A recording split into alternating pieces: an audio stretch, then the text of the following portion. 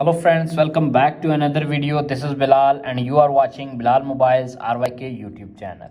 In this video, I am going to show you how to fix iPhone won't turn on after update iOS 17. Without waste your time, let's start this video. Many users have facing their problem iPhone won't turn on after update iOS 17. If you are facing this issue, keep watching the video until the end and follow all steps and turn on your iPhone.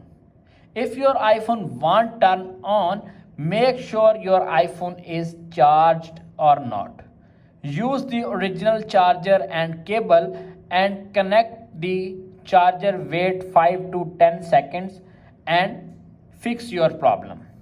If your iPhone is not charged, not turned on, now applying the second solution. Second solution is reboot your iOS device.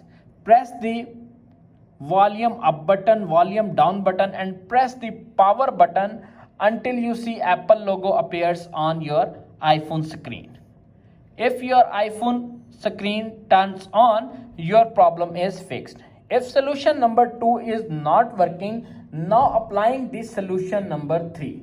Solution number 3 is connect your iPhone with iTunes or 3U tool and download the firmware and install your firmware on your iPhone. Install firmware on your iPhone and fix your problem.